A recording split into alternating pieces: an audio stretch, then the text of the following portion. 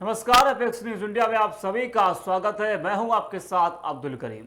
घोसी में हुए उपचुनाव में समाजवादी पार्टी के सुधाकर सिंह ने भाजपा के दारा सिंह चौहान को लगभग 42,000 वोटों से हरा दिया। इस जीत से इंडिया गठबंधन का जोश भी बढ़ा है और भाजपा को एक बड़ा झटका लगा है। वहीं भाजपा की हार के बाद गठबंधन के सहयोगी निषाद पार्टी के अध्यक्ष और कैबिनेट मंत्री डॉक्टर संजय निषाद ने एक बड़ा बयान दिया। उनका कहना है कि घोसी उपचुनाव में पार्टी या गठबंधन की हार नहीं हुई है, बल्कि ये हार दारा सिंह चौहान की है। वो कहते हैं कि उपचुनाव आमतौर पर प्रत्याशी के चेहरे पर होता है, इसलिए हार की वजह प्रत्याशी ही हो सकता है। और उन्होंने यह भी कहा कि चुनाव में हार का कारण भाजपा के एक नेता की गलत बयानबाजी भी है। हालांकि उन्होंने किसी का नाम नहीं लिया। उसके बयान के चलते निषाद पार्टी के लोगों में नाराजगी थी। घोसी विधानसभा चुनाव में हार प्रत्याशी के चेहरे के कारण हुई है और इसका पार्टी से कोई मतलब नहीं है। देश का चुनाव पार्टी और गठबंधन के बल पर होता है। संजय निषाद ने क्या कुछ कहा है वो आपको हम सुनाते हैं। जीत रहे हैं और जो चुनाव होते हैं वो प्रत्याशी के चेहरे पर होता है और प्रत्याशी के चेहरे पर अगर है तो वो उनके ऊपर है, वो पार्टी और एनडीए के ऊपर नहीं आ जा सकता। अच्छा, इससे क्या दबाव पड़ेगा एनडीए पे, क्योंकि एनडीए और इंडिया गठबंधन के बाद ये पहला उपचुनाव था, कोई भी पहला चुनाव था जिसमें हार हुई है एनडीए की। नहीं, ऐसा नहीं कर सकते हैं। आपने देखा कि हमने 3 चुनाव ऐसे भी इससे पहले जिता कर दिया और बेहतर परिणाम दिया और इससे कुछ नहीं देखा जा सकता। और केंद्र का चुनाव और मोदी के चेहरे का, मोदी के काम का चुनाव है और हम लोग भारत की अस्मिता का चुनाव है और राष्ट्रवाद का चुनाव है और दुनिया में एक पहचान बनाया है उसका चुनाव है। और सबको गरीबों तक अनाज पहुंचाया, मकान दिया, इलाज दिया, उनको सम्मान दिया। कोई धर्म, कोई जाति, कोई वर्ग नहीं कर सकता कि हमारे कल्याण के लिए कोई कानून तो हार की वजह क्या है? मैंने बता दिया पहले कि लोकल जो चुनाव होता है प्रत्याशी के चेहरे पर होता है और प्रत्याशी के चेहरे पर था, इसलिए मैं बता रहा हूँ, मैं अपनी बात कह सकता हूँ कि हमारे पास 43 गाँव थे 43 और 43 गाँव में से 40 में जीता हूँ। 80% वोट मिला है। 3 जो गांव जीते हैं उसमें भारतीय जनता पार्टी के नेता की गलत बयानबाजी की वजह से। तो निषाद पार्टी के अध्यक्ष संजय निषाद को आपने सुना। वो हार का ठीकरा फोड़ रहे हैं दारा सिंह चौहान के ऊपर। अब इसके क्या मायने हैं, क्यों वो एनडीए और बीजेपी को बचा रहे और दारा सिंह चौहान को ही जिम्मेदार बता दे रहे हैं? उनका जो ये बयान है वो यही इशारा करता है कि संजय निषाद के हिसाब से हार दारा सिंह चौहान की हुई है, जिम्मेदारी भी दारा सिंह चौहान की होती है। वैसे अगर देखा जाए तो प्रदेश सरकार की जितने भी अगर हम बात करें बीजेपी के मंत्रियों की, वो लगातार घोसी में बने रहे। योगी आदित्यनाथ वहां पर गए, ब्रजेश पाठक एक हफ्ते लगातार वहां पर बने रहे। तो पूरा कुनबा जो है ना बीजेपी का, वो घोसी में लगा रहा और उसके बावजूद भी संजय निषाद कह रहे हैं कि यह हार दारा सिंह चौहान की है। इसी मुद्दे पर बातचीत करेंगे। हमारे स्टेट हेड अनूप दुबे जुड़ चुके हैं हमारे साथ। अनूप, सबसे पहले तो मेरा जो सवाल है, जो बयान संजय निषाद का आया है, संजय निषाद का कहना है कि यह हार ना एनडीए की है ना बीजेपी की है, यह हार प्रत्याशी की है, यह हार दारा सिंह चौहान की है। यानी कि जो हार का ठीकरा है वो जो है संजय निषाद दारा सिंह चौहान के ऊपर ही फोड़ रहे हैं। तो इसके क्या मायने निकले अनूप? देखिए, ये जो राजनीतिक लोग होते हैं ना, बड़े चतुर होते हैं। और ये चूंकि बुद्धिजीवी तो अलग चीज होती है और चतुराई अलग चीज होती है। अब चूंकि चुनाव निकल चुका, चुनाव कल खत्म हो गया, वहां जो प्रत्याशी की जो हार जीत का एक दौड़ था वो खत्म हो चुका है और सुधाकर सिंह वहां से विधायक हो चुके हैं। मैं अगर बात निषाद जो सरकार में मंत्री हैं संजय निषाद जी, उनकी बात करी जाए तो संजय निषाद भी जाके वहां चुनाव प्रचार कर रहे थे। क्या वो अपनी जिम्मेदारी से, ये कहा जाए तो अपनी जिम्मेदारी से भाग रहे हैं? बिल्कुल भाई, इसके पहले अगर दारा सिंह चौहान को सिर्फ हार की जिम्मेदारी लेनी थी तो पूरी सरकार वहां क्या कर रही सही है? बात है, बड़ा सवाल है। भारतीय जनता पार्टी के सारे शीर्ष नेतृत्व, मतलब दिल्ली से लेके उत्तर प्रदेश की अगर बात करी जाए, प्रदेश अध्यक्ष वहां जाके 4 दिन रहते हैं, संगठन के लोग वहां जाके 10-10 दिन, 15-15 दिन चुनाव प्रचार करते हैं, सरकार के मंत्री वहां जाके डेरा डालते हैं और संजय निषाद कहते हैं कि ये जिम्मेदारी दारा सिंह चौहान। हालांकि मैं ये नहीं कहता कि संजय जो निषाद का कहना है वो, देखिए उनका अब अभी क्या लोकसभा है, उनको भाई अपने बेटे के लिए संत कबीर नगर से टिकट चाहिए, कुछ पार्टी जैसे अब आज उनके विधायक 4-5 वो टिकट भी मांग रहे हैं, हमें जहां तक पता चला है।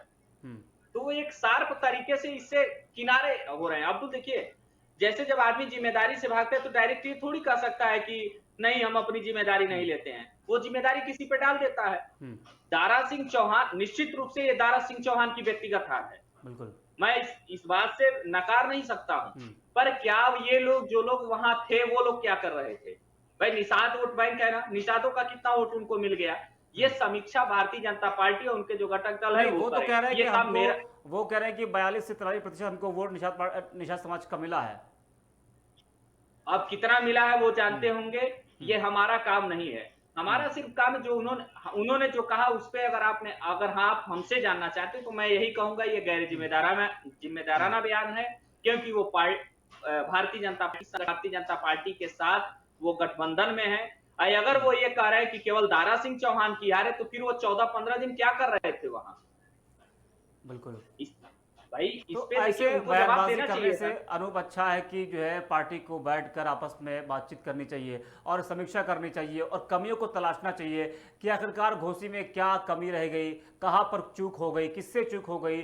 तो ऐसे बयानबाजी से अच्छा है कि पार्टी को समीक्षा करनी चाहिए, बैठक करनी चाहिए, न कि ऐसे बयानबाजी करनी चाहिए। देखिए, पार्टी अपनी समीक्षा कर रही होगी, पर अगर इस चुनाव की बात करी जाए तो इस चुनाव में अब्दुल सबसे बड़ी चीज जो देखने में आई है वो ये आई है कि जनता वर्सेस भारतीय जनता पार्टी, न कि जनता वर्सेस समाजवादी पार्टी नहीं हुआ है। अगर जनता वर्सेस समाजवादी पार्टी रहा होता या भाजपा वर्सेस समाजवादी पार्टी रहा होता तो इसका जो चुनाव रिजल्ट आया उसका आंकड़ा कुछ और होता, उसका रिजल्ट कुछ और होता। यहाँ जनता निश्चित रूप से, देखिए भाजपा को अब कहीं ना कहीं ये दिल्ली में या प्रदेश में ये लोग बैठ के चर्चा करेंगे कि क्या जनता में आक्रोश क्या है। मैंने कल भी कहा था, महंगाई निश्चित रूप से गरीब तबकों में ये आक्रोश का। हम लोग भी जब जमीनी स्तर पे जाके नीचे स्तर पे जब रिपोर्टिंग करते हैं, लोगों से बात करते हैं, तो सबसे बड़ी चीज आती है कि महंगाई के बाद कहीं आता है बेरोजगारी।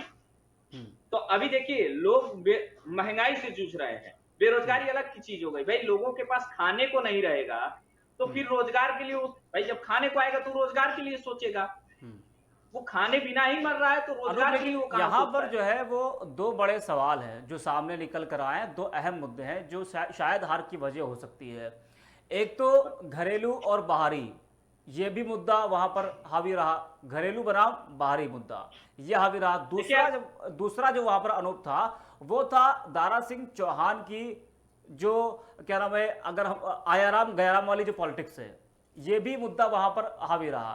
तो अगर देखा जाए तो कहीं ना कहीं इसका भी असर वहां पर देखने को मिला है। एक तो दारा सिंह चौहान की पॉलिटिक्स और दूसरा जो है घरेलू बनाम बाहरी का मुद्दा। देखिए इस बात से मैं कुछ सहमत हूँ, कुछ असहमत इसलिए अब्दुल हूँ कि करीब लगभग 10-12 साल से मैं राजनीति को कवर कर रहा हूँ। दारा सिंह चौहान अगल बगल सटे हुए जिले से वहीं के हैं।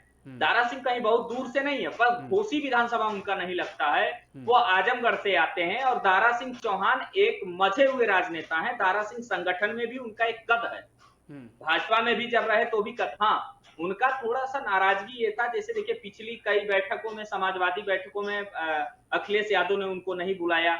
जिस कैडर के थे तो वो अपने आप को कंपैरिजन कर रहे थे। जैसे स्वामी प्रसाद मौर्य को देखे, हारने के बाद एमएलसी बनाया गया, उनको पार्टी में राष्ट्रीय महासचिव बनाया गया। तो कहीं ना कहीं दारा सिंह चौहान को ये झटका लगा था और सम्मान का झटका लगा था। मेरी उनसे डायरेक्ट बात भी हुई थी तो उन्होंने कहा कि अनूप देखिए, हमारा पार्टी छोड़ने का कोई बहुत वो नहीं था, पर मैं अगर बात करूं, हाँ ये जरूर रहा है कि अगर सुधाकर सिंह और दारा सिंह की बात करी जाए तो निश्चित रूप से सुधाकर सिंह वहीं के रहने लोगों के बीच में बने रहते हैं। और जैसा कि चर्चा का विषय है कि वो नीम के पेड़ के पास ही लोगों से मिलते हैं और नीम के पेड़ के नीचे बैठते हैं। हालांकि उन्होंने कल भी कहा कि जिस नीम को मैंने लगाया है, हम विधायक नहीं मंत्री कुछ भी बन जाए, इसी नीम के पेड़ के नीचे हमसे लोग मिलेंगे।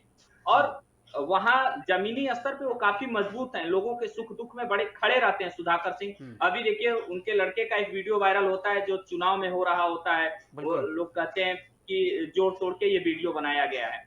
तो कहीं ना कहीं उनका परिवार भी वहां सक्रिय रहता है। और जब आप कहीं दूसरे जिले से या दूसरी जगह से दूसरे विधानसभा में जाके चुनाव लड़ते हैं तो निश्चित रूप से स्ट्रगल करना पड़ता है। तो जनता को भी डर वहां पर यही था, जिस तरीके से दारा सिंह चौहान की बात जो हमने की, जो आपने की, जैसे कि आपने बात की दारा सिंह चौहान की पॉलिटिक्स की, दारा सिंह चौहान देखिए उन्होंने सपा, बसपा, कांग्रेस, बीजेपी चारों पार्टी में वो रह चुके हैं, तो जनता को वहां पर डर था कि कहीं ऐसा ना हो कि चुनाव जीते उसके बाद ही चले या दोबारा यहाँ पर दिखाई ना दे। और सुधाकर सिंह को चुनने के पीछे की वजह यही है वहां पे कि वो हमारे लोकल के हैं, इनको चुनेंगे तो सुख दुख में ये काम आएंगे।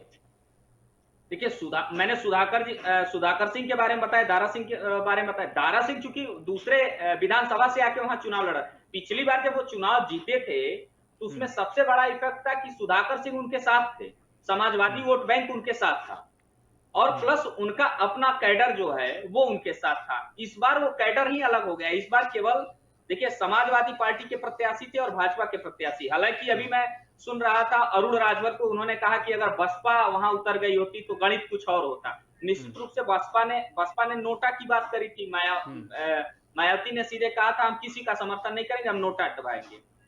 तो जब उस पे बात हुई थी तो निश्चित 700 लगभग वोट वहां नोटा के पड़े हैं। तो बसपा का वोट किधर गया है ये अब विचार करने वाली बात है। जो राजनीतिक लोग हैं वो अपने पे अपना गुड़ा गणित बैठा रहे होंगे, मगर जब वहां के स्थानीय लोगों से मेरी बात हो पा रही तो वो लोग भी यही कह रहे हैं कि बसपा के वोटर्स थे वो भी सुधाकर सिंह के साथ गए हैं। अभी मेरी बात हुई आज मऊ घोसी के कुछ लोगों से, तो उन्होंने कहा कि भैया इस बार का पूरा वोट बैंक, पूरा लोग जो थे वो सुधाकर सिंह के साथ थे। दारा सिंह का विरोध भी था और इंटरनल विरोध भी था। अब भारतीय जनता पार्टी इसकी समीक्षा करे ना करे मेरा उससे कोई लेना देना नहीं है, मगर भारतीय जनता पार्टी के लोग भी उस सक्रिय तरीके से वहां नहीं लगे थे और उनका इंटरनल विरोध जारी था। अब्दुल, बिल्कुल, एक आखिरी सवाल आपसे लेंगे अनूप कि जैसे कि ठाकुर वोट का ना मिलना दारा सिंह चौहान को, ये भी एक वजह है। योगी आदित्यनाथ का देर से वहां पर जाकर प्रचार करना, क्या आप ये दो वजह मानते हैं? ये भी हार की वजह हो सकती है? नहीं, ऐसा मैं नहीं कह सकता, क्योंकि देखिए मुख्यमंत्री के पास बहुत सारी जिम्मेदारी होती है और इतना बड़ा प्रदेश है कि मुख्यमंत्री के पास बहुत सारी जिम्मेदारियां होती हैं और मुख्यमंत्री का एक अपना प्रोटोकॉल होता है, एक सुरक्षा का नजरिया होता है। जब वहां के शासन प्रशासन के लोग पूरे तरीके से देख लेते हैं तब जाके वो प्रोग्राम देते हैं मुख्यमंत्री के लिए। क्योंकि मुख्यमंत्री देखिए, आप किसी चुनाव में डायरेक्ट ले जाके मुख्यमंत्री को, भाई वहां 2-2 उप मुख्यमंत्री पड़े हुए थे, संगठन के सारे लोग पड़े हुए थे। हमें लगता है कि जितने भी राजनीतिक गठबंधन हैं भारतीय जनता पार्टी सब घोसी में थे, तो क्या केवल एक मुख्यमंत्री का देर से जाना दारा सिंह का चुनाव का हार का कारण? बिल्कुल नहीं मैं मान सकता। देखिए उस तरीके से तो बहुत देर में बहुत सारे चुनाव प्रचार मुख्यमंत्री बहुत देर जाते हैं, एक दिन पहले जाते हैं जब होनी होती है, और जब चुनाव प्रचार बंद होना रहता है तब कहीं हेलीकॉप्टर से मुख्यमंत्री उतरते हैं और वहां लोग 50,000 60,000 वोटों से जीत जाते हैं। देखिए इसका एक कारण नहीं हो सकता। इसका इम्पैक्ट ये है कि सुधाकर सिंह वहां जमीनी स्तर पे बने हुए थे और लगातार काम कर रहे थे। जब इन 16-17 महीनों में वो सपा से विधायक नहीं भी थे और दारा सिंह चौहान विधायक थे, उसके बाद भी दारा सिंह की नाराजगी जमीनी स्तर पे, क्योंकि जब दारा सिंह समाजवादी पार्टी से नाराज हुए तो 5-6 महीना वो गए ही नहीं, अपने क्षेत्र में नहीं गए, लोगों से उस तरीके से बात नहीं किए, समाजवादी कार्यकर्ताओं से उस तरीके से नहीं मिलजुल पाए। तो निश्चित रूप से देखिए कभी कभी कुछ होता है, कुछ वोट आपके व्यक्तिगत होते हैं, वो किसी दल से नहीं होते हैं, और जब दल से नहीं होते व्यक्तिगत होते तो व्यक्तिगत भी प्रभाव वो छोड़ नहीं पाए हैं दारा सिंह इस बार चुनाव में। हालांकि अब देखिए पार्टी उनको कैसे एडजस्ट करती है ये देखने वाली बात होगी अब्दुल, क्योंकि दारा सिंह चौहान तो अब इधर के भी नहीं रहे उधर के भी नहीं रहे, विधायकी भी गई और मंत्री पद अब मिलेगा नहीं मिलेगा ये तो संगठन और सरकार तय करेगी। चलिए, बहुत बहुत धन्यवाद आपका जुड़ने के लिए हमारे साथ अनूप। तो ये एक बड़ा सवाल है कि उनको अब कौन सा पद दिया जाएगा, क्योंकि अब वो सदस्य नहीं है और जिस तरीके से जो कयास लगाए जा रहे थे कि विधायक बनेंगे, चुनाव जीतेंगे, इनको मंत्री बनाया जाएगा। हालांकि जब दारा सिंह चौहान और ओम प्रकाश राजभर बीजेपी में आए तो तब से ही ये लोग कह रहे थे कि दारा सिंह चौहान को और ओम प्रकाश राजभर को तो मंत्री बनाया जाएगा, लेकिन अभी तक ऐसा कुछ भी देखने को नहीं मिल रहा है। और घोसी विधानसभा चुनाव से स्थिति कुछ साफ होती नजर आ रही है कि आखिरकार अब शायद दारा सिंह चौहान को कुछ मिले या न मिले, ये तो खैर जो संगठन है उसमें बातचीत चल रही होगी।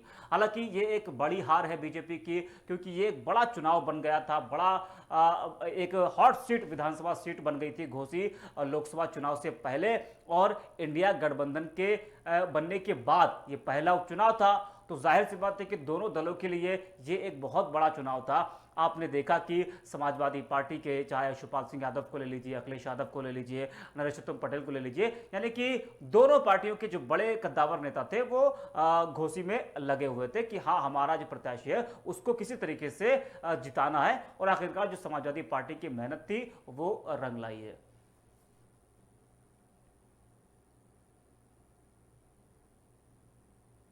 तो बढ़ते हैं अपनी अगली खबर की तरफ। सैकड़ों की संख्या में पंचायत सहायक कार्य बहिष्कार करने पहुंचे विकास भवन। सुल्तानपुर से खबर आपको बता रहे, जहां लोगों ने जिला पंचायत राज अधिकारी को अपनी 15 सूत्रीय मांगों को लेकर मुख्यमंत्री को संबोधित ज्ञापन सौंपा। वहीं जिला पंचायत राज अधिकारी ने कहा कि कुछ पंचायत सहायक विभिन्न पंचायतों से आए थे जिनकी कई सारी मांगे थी, और जो उनकी मांगों को सुना गया और उनकी कई समस्याएं थी जो उनकी वास्तविकता में है। हम लोग उसका परीक्षण करा रहे हैं और जो उचित होगा उस पर कार्रवाई की जाएगी।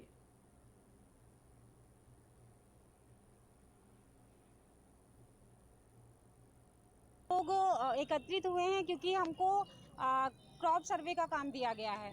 ये हमारे विभाग का काम नहीं है, इसलिए हम इस काम को नहीं करना चाहते। पहले हमारे कुछ और भी विभाग हमारे मतलब हमको काम दे दिया गया और विभाग का, जैसे कि स्वास्थ्य विभाग का आयुष्मान कार्ड बनाने के लिए रेट्रोफिटिंग का काम, जबकि पहले हमको ये नहीं बताया गया था कि इतना सारा काम आपको दिया जाएगा। ठीक है। और सेकेंड चीज़ की सैलरी भी हमारी 4 महीने पे, 5 महीने पे, 6 महीने पे मिलती है, टाइम से सैलरी भी नहीं मिलती है। रिचार्ज का पैसा भी हमारे बहुत से पंचायत सहायक हैं जिनको रिचार्ज का पैसा भी नहीं मिलता है। वो 1-1 साल 2-2 साल से रिचार्ज करवा रहे हैं लेकिन उसका पैसा भी नहीं मिल रहा है। और हमारे पास बहुत सारी समस्याएं हैं। क्रॉप सर्वे करने के लिए समस्याएं ये हैं कि हम महिलाएं हैं और हम खेत में जाके सर्वे नहीं कर सकते हैं। हमारा मुद्दा यही है कि हम ज्ञापन देंगे कि हमारी जो भी हमारी डिमांड्स है वो पूरी की जाए और हम क्रॉप सर्वे का काम नहीं करेंगे। हम इसको बहिष्कार करते हैं।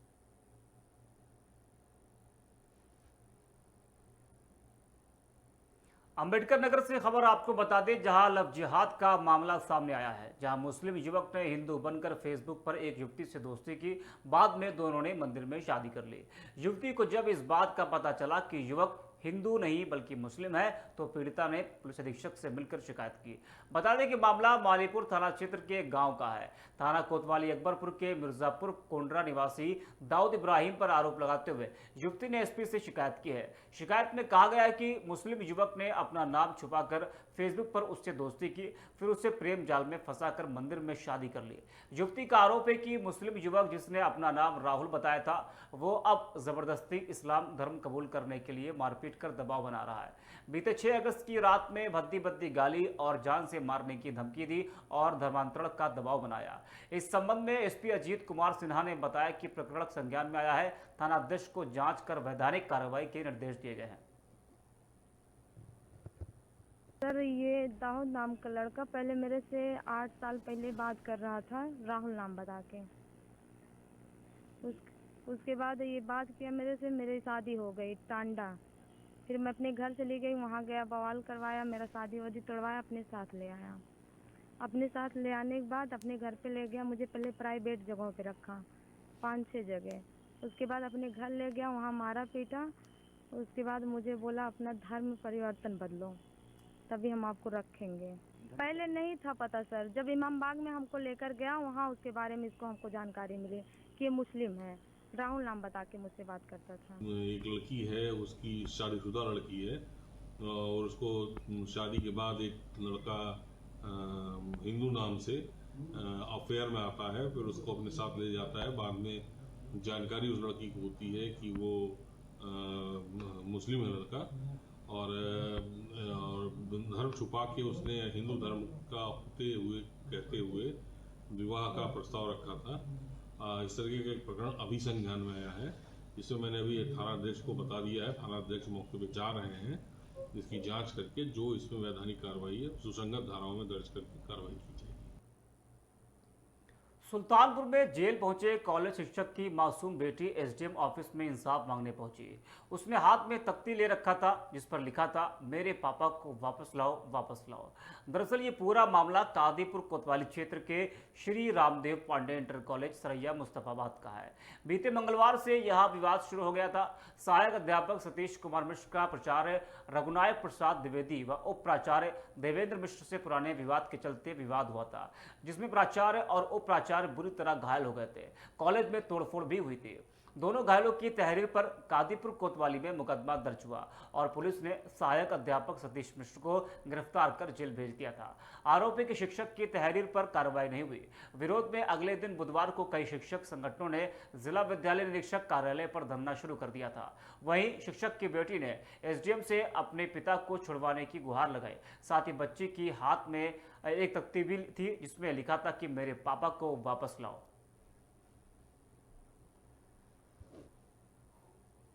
जिलाधिकारी महोदय द्वारा जिला विद्यालय निरीक्षक एसडीएम कादीपुर और सीओ कादीपुर की 3 सदस्यीय टीम गठित की गई है घटनाक्रम की जांच करने के लिए। इसमें हम लोग जो भी हमारे छात्र जो भी बात कहना चाहेंगे उसको सुनेंगे। जो हमारे अध्यापक और जो स्टाफ उस दिन था उन सबके बयान दर्ज किए जाएंगे। अगर हमारे कोई अभिभावक कुछ कहना चाहते हैं तो उसके संबंध में भी हम लोग बयान दर्ज करेंगे। विद्यालय की पूरी व्यवस्था को देखेंगे, किस प्रकार से विद्यालय यहाँ चल रहा था। अगर कहीं कोई अनियमितता है पाई जाएगी तो उसके संबंध में भी निष्पक्ष जांच करते हुए पुलिस को जिलाधिकारी महोदया को प्रेषित की जाएगी। नहीं मिल रहा, मेरे बेटे को न्याय चाहिए। मेरा बेटा एकदम निर्दोष है, उसको फंसा दिया गया है इसमें। यही चाहिए मुझे, मैं न्याय के लिए आई हूँ। मेरा बेटा एकदम निर्दोष है, बचपन से उसका स्वभाव है, अपना नहीं खाएगा दूसरों को खिला देगा, यही स्वभाव है। बच्चों के पास फीस कलम नहीं रहेगी, दे देगा, यही उसका बचपन से ही अपना पढ़ता था, तब भी आज भी बस यही है एकदम। अब क्या हुआ यहाँ पे क्या नहीं हुआ, मैं न्याय चाह रहा हूँ, मेरे बेटे को भी न्याय मिले, सब सुलह हो जाए, अच्छी तरह सारा काम हो जाए, यही मैं चाह रही हूँ। मैंने बहुत गरीबी से पढ़ा है, अभी मैं बहुत परेशान किया है, मैं अकेले रह लगी। आज तक मैं अपने हाथ से रोटी बना के खाती हूँ, कोई मेरा सहारा देने वाला नहीं है। यही बच्चे थे, खुशी से मैं कर रही थी, इसमें भी बाधा आ गई। यही मेरा न्याय है। और यहाँ वक्त हो गया है छोटे से ब्रेक का। ब्रेक के बाद जल्द हाजिर होंगे।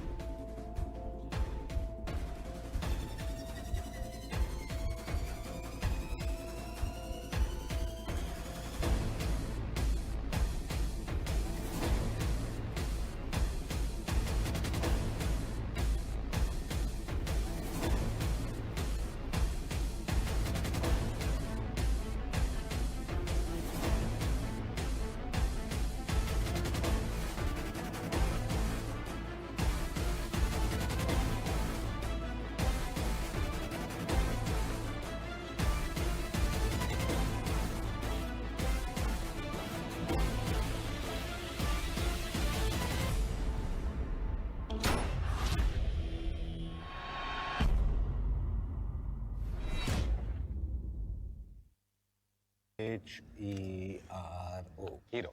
पापा ये हीरोज कौन होते हैं? हीरोज हर जगह होते हैं, फिल्मों में, फिल्मों के बाहर भी। और ये हीरोज करते क्या है? वो आपके साथ रहते हैं और आपको प्रोटेक्ट करते हैं भाई।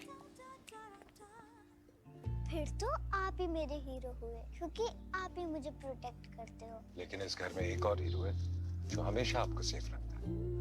वो सिर्फ पर्दे के आगे ही नहीं, दीवारों के पीछे भी हो। गैलेंट एडवांस TMT सरिया, इसकी ताकत बने घर की ढाल और इसकी फ्लेक्सिबिलिटी रखे घर को सॉलिड सालों साल। गैलेंट एडवांस 500D TMT, निर्माण का रियल हीरो। सॉलिड भी, फ्लेक्सिबल भी।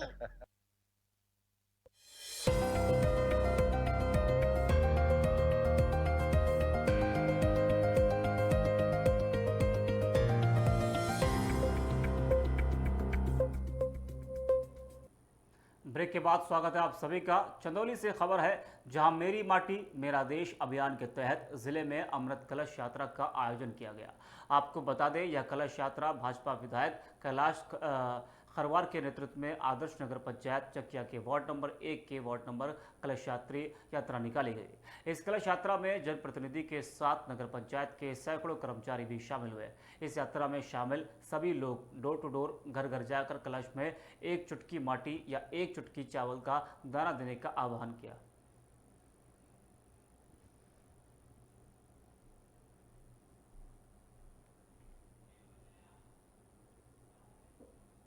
उत्तर प्रदेश में पिछले 24 घंटे के दौरान अचानक मौसम ने करवट ले ली। आंधी तूफान के साथ ही लगातार बारिश भी हुई।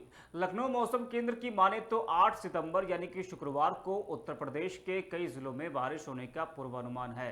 जी हाँ, 9 सितंबर जिस तरीके से जो पूर्वानुमान लगाया गया था और जिस वजह से कई जिलों में येलो अलर्ट भी जारी कर दिया गया है। लखनऊ मौसम केंद्र के वरिष्ठ वैज्ञानिक मोहम्मद दानिश ने बताया कि शुक्रवार को बांदा, चित्रकूट, कौशाम्बी, प्रयागराज, फतेहपुर, प्रतापगढ़ समेत कई जिलों में बिजली गिरने का भी पूर्वानुमान है।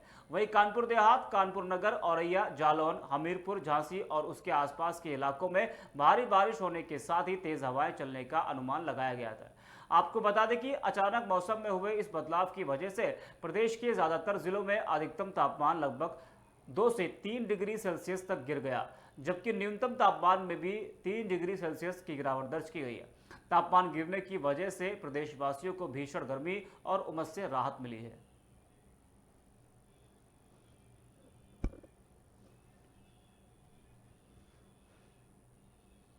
मुरादाबाद से खबर है, जहां मुरादाबाद पुलिस को बड़ी सफलता हाथ लगी है। आपको बता दें, पुलिस ने नवजात बच्चों की तस्करी करने वाले गैंग की 4 महिलाओं और 2 पुरुष सदस्यों सहित 6 अपराधियों को गिरफ्तार किया है। उनके कब्जे से बिक्री के लिए ले जा रही 5 दिन की एक मासूम बच्ची को भी बरामद किया गया है। जानकारी के मुताबिक गैंग के लोग गरीब परिवारों से उनका बच्चा गोद लेने के बहाने चंद रुपयों में लेते थे और फिर उस बच्चों को निसंतान दंपतियों को लाखों रुपए में बेचते थे। जब पुलिस को मासूम बच्चों की खरीद फरोख्त करने वाले गैंग की सूचना मिली तो पुलिस ने इस गैंग के 6 सदस्यों को एक बच्चे सहित गिरफ्तार कर लिया और यह पूरा मामला मुरादाबाद के मैनाठेर थाना इलाके का बताया जा रहा है।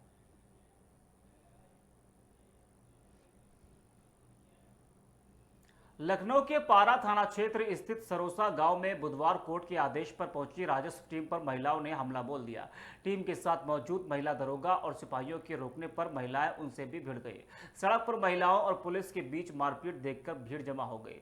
मारपीट में 3 महिला सिपाही चोटिल हो गई। लेखपाल विजय प्रताप की तहरीर पर आरोपियों के खिलाफ मुकदमा दर्ज किया गया है।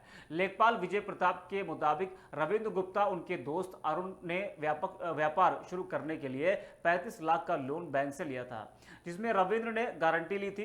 बैंक ने लोन न चुकाने पर कई बार नोटिस दिया, लेकिन लोन अदा नहीं किया गया, जिस पर बैंक ने रिकवरी की प्रक्रिया शुरू की। बुधवार को राजस्व टीम, बैंक अधिकारी और अधिवक्ता घर पहुंचे। कब्जे की कार्रवाई शुरू होते ही महिलाएं राजस्व टीम से भिड़ गई। फिलहाल लेखपाल विजय प्रताप की तहरीर पर मकान मालिक और उनके साथियों के खिलाफ मुकदमा दर्ज कर लिया गया है।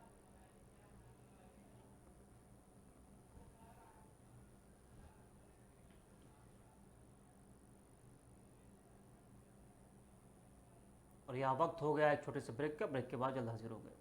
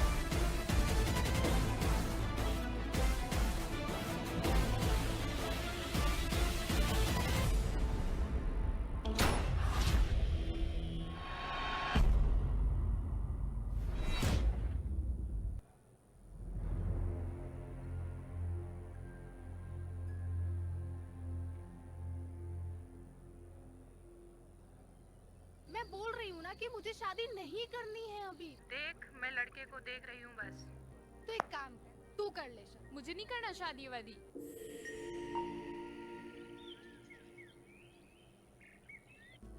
रीना, अमन, आपको सिगरेट पीते देखा ना तो थोड़ा सा ऑकवर्ड हो। मैं सिगरेट पी रही थी तो मैं वाइफ मटेरियल नहीं हूँ। वैसे एक बात पूछूं, ओनली सिगरेट या कभी कभी? एनीवेज, आपकी हॉबीज क्या क्या हैं? Sex interest. दिन भर तो मेरा खुद पर कंट्रोल रहता है, बट शाम शुरू होते होते ना शिकार ढूंढने लगते हैं। क्या बोला मम्मी ने? मना कर दिया ना उसने? उसने हाँ कर दिया है। क्या?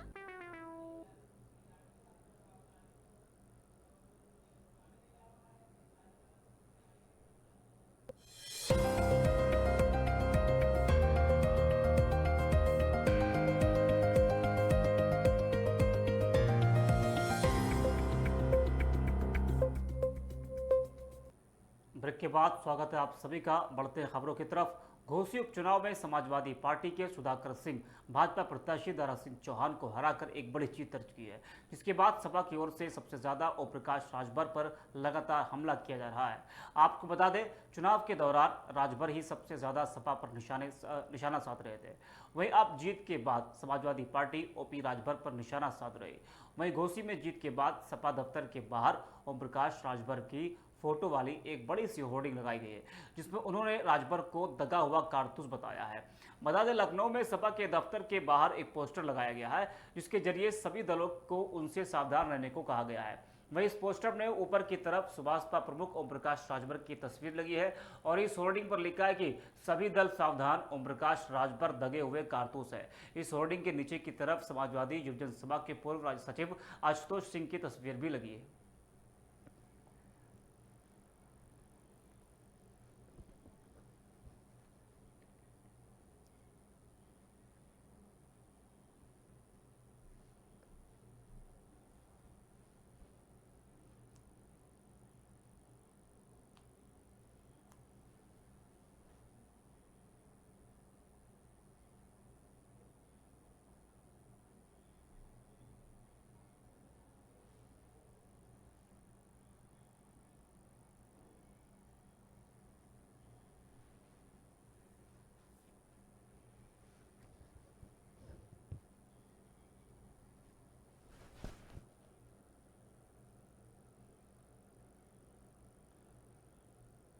तो लखनऊ में समाजवादी पार्टी दफ्तर के बाहर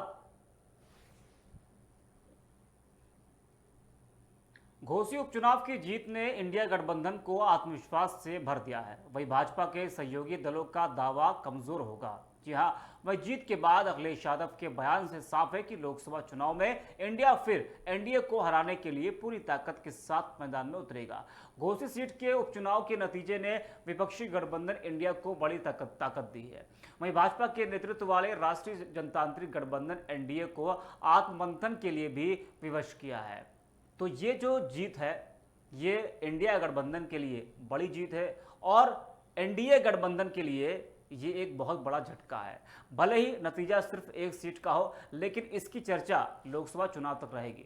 इंडिया के गठन के बाद यूपी में हुए पहले चुनाव में विपक्षी दलों ने पूरी ताकत लगाई। सपा प्रत्याशी सुधाकर सिंह को कांग्रेस, रालोद, आप और अपना दल कमेरावादी ने भी समर्थन किया। राजनीतिक विश्लेषकों का मानना है कि सुधाकर सिंह की बड़े अंतर से जीत ने न सिर्फ सपा को ऊर्जा दी है, बल्कि विपक्षी गठबंधन को मजबूती से भी खड़ा किया है।